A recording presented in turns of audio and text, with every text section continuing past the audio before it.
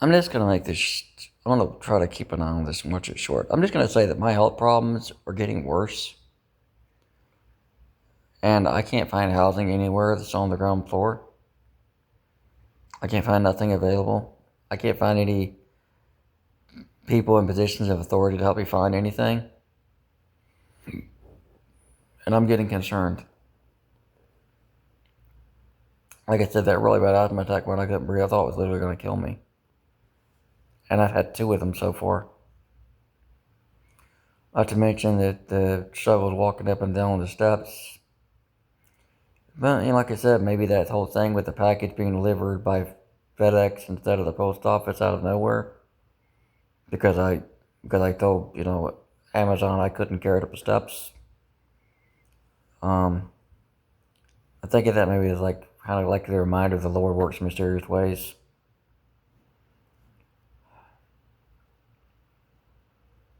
And like I said, no matter what, I'm not gonna be happy. I mean, what would really make somebody like me happy? Like all the media I buy doesn't make me happy. Like I said, if I get a place that suits my needs medically, ground floor, washer and dryer hookup. If I end up, when that's probably gonna happen at some point. But me still being alone, isolated, exiled by everybody. Like that's technically what they're doing here. They don't want me here because of my handicap, so they're exiling me. Start my life, I get kicked out of everything. I just wonder though, if I had that one person, if I had that woman I wished existed or they likes to think exists, that she would want to be in love with me and not use me as a tool to get some other guy jealous that done her wrong. If a woman really actually loved me, not use me as a tool in her revenge plot, would that make me happy? Would it make me happy to say I get my what's that ideal life? I get the wife, I get the kid. Then when with the kids, you got to do all the things involving with the kids, like changing the diapers, cleaning up the mess they made, enforcing rules and regulations on them so they grow up not to be a criminal. Okay, say I get a shot at all those. Okay, the house, the wife, the kid. Say somehow, and I'm 45. Say by some miracle I get a shot at that. Would that really make me happy?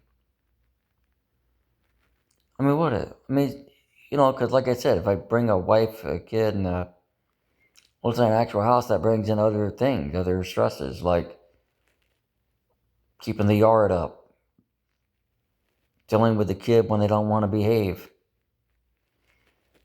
dealing with the wife when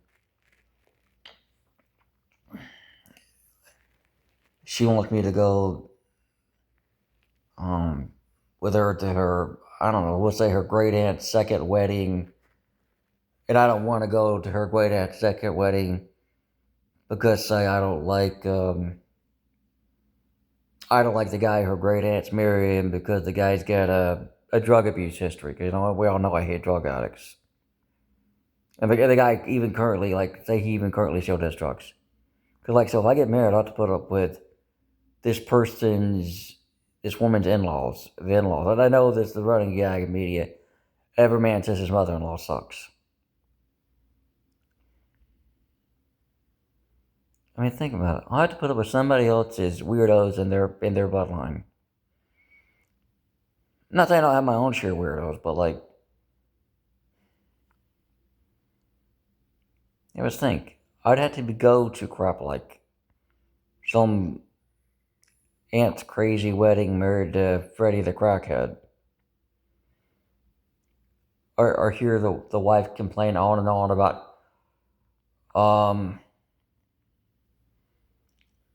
I don't know, let's say her boss at work promoting the new girl because the new girl's more attractive or something. And the only reason I even say that is because I hear that happens. I don't know how much of those kind of stories are true, but I know it's portrayed in media a lot. It's got to happen to somebody. There's got to be somebody that a more attractive coworker comes into the company and, or not even more attractive, just a corporate kiss butt. I mean, I don't know about maybe the whole thing about looks getting people promoted, but I do know about the kiss butt because my dad, when he was an office manager for a trucking company, there was a lot of people that tried to be a corporate kiss butt, and he'd just tell them no. But corporate kiss butts are a thing.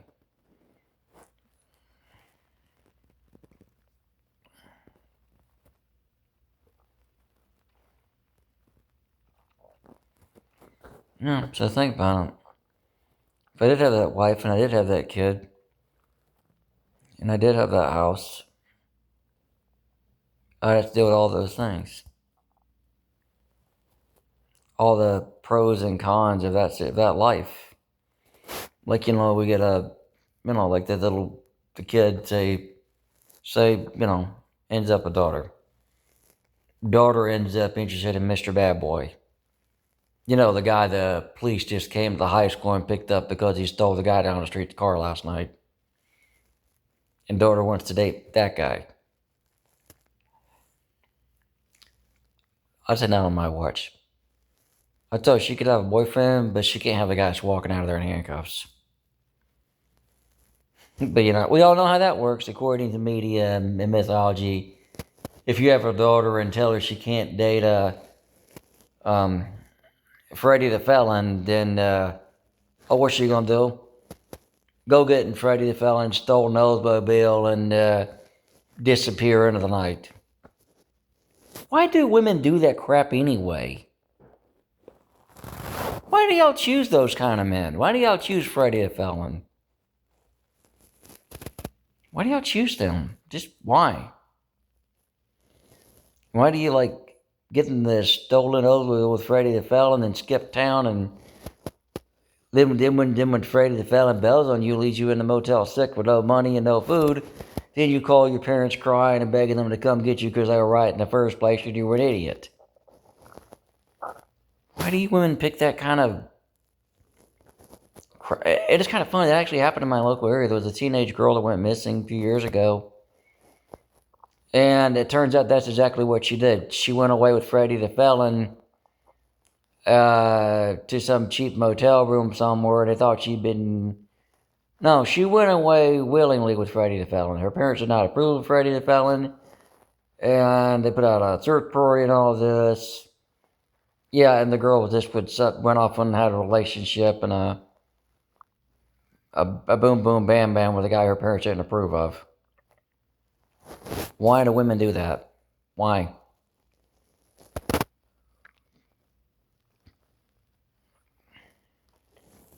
But that's enough of this. That's not me complaining. Like I said, I don't know if I had a wife and kid, would I really be happy? Or if I just had grown for a place where I wasn't struggling so much to function in it. I don't know what happiness even looks like, guys. I have no clue. Like, I could literally enter a raffle to enter a Series X with a copy of, let's say, Dead Space Remake, the one game I'm interested on that platform. I could literally have something like that happen. Or I could open up a web app and there's Rumble Roses within my budget that's not $80. With the box and everything.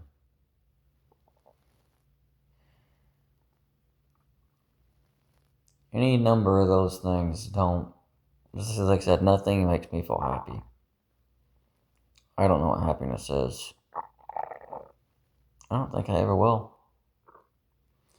I try to think back and I remember getting Donkey Kong Country for the Super NES and Mighty Morphin Power Rangers.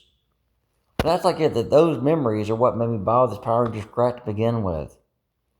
And now that I got the Xbox One connected again, guess what? Let me show you guys the list. There's 2 Power Rangers games on there. I hadn't even bothered playing them. There's 2 Power Rangers games, 2 Ninja Turtle games on there.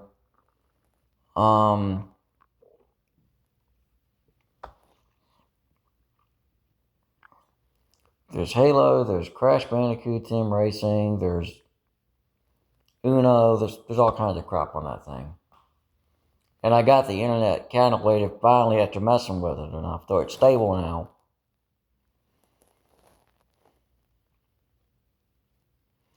I can't get the 360 to work wirelessly, but I did fool around with the Xbox One enough to get it straightened out.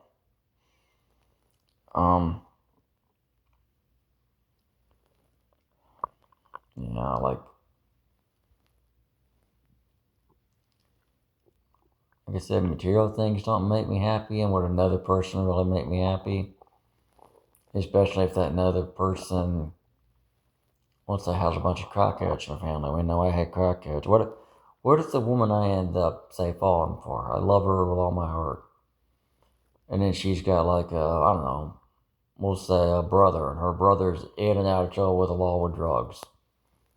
I mean, and technically there is kind of a situation like that already in my family.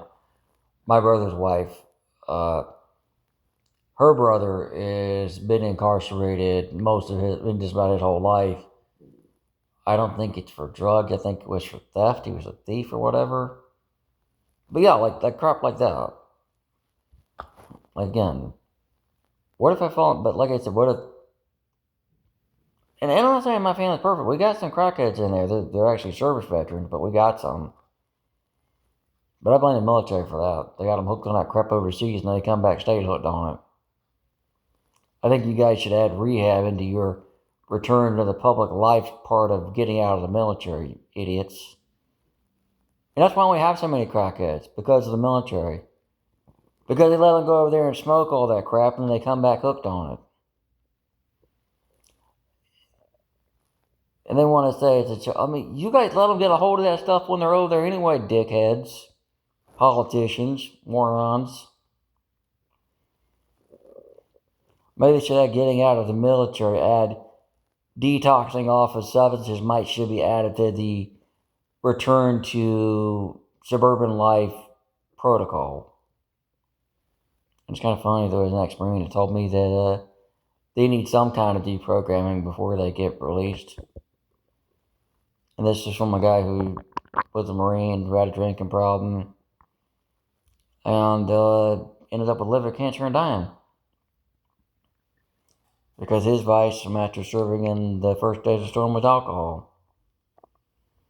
Kind of funny. The rich want the poor to go to war for them.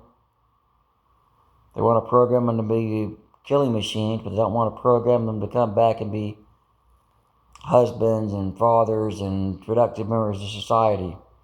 They expect them to figure that part out on their own.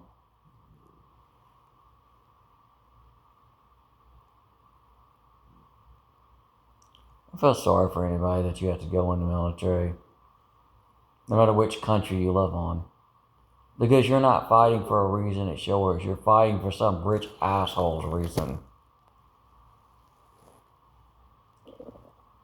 You're fighting for someone else's ideals. You're not fighting for ideals that belong to you.